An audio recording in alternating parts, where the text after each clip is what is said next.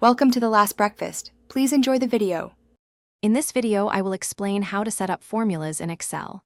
To begin, always start your formula with an equal sign in the cell where you want the result to appear. This tells Excel you're performing a calculation, not just typing text. Using cell references, like A1 or B2, makes your formulas dynamic, so they update automatically if the reference data changes. You can perform basic math operations like adding, subtracting, multiplying, and dividing values or cells. Let's look at some basic examples. To add two numbers, simply type equals sign, then the first number a plus sign and the second number like equals 10 plus 5. For cell references, it would be equals A1 plus B1.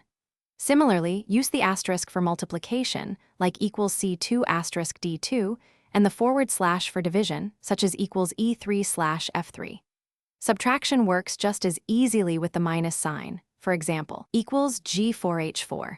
Remember to press Enter after typing your formula to see the result. Excel functions are predefined formulas that simplify complex calculations. For instance, instead of adding many cells individually, you can use the SUM function.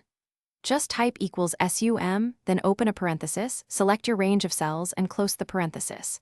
For example, equals sum A1, A10 adds all values from A1 to A10. The average function, like equals average, B1, B5, quickly finds the mean of a range. Count helps you tally how many cells in a range contain numbers. These functions save a lot of time and reduce errors. For more advanced use, consider absolute references. By adding dollar signs like $1, you lock a cell reference so it doesn't change when you copy the formula. This is crucial for calculations involving a fixed value. Another powerful tip is using named ranges. Instead of equals SUM, C1, C100, you could use equals SUM, sales data, making your formulas much easier to understand and manage. And speaking of reading, if you love to dive into a good book, check out the new Kindle Paperwhite.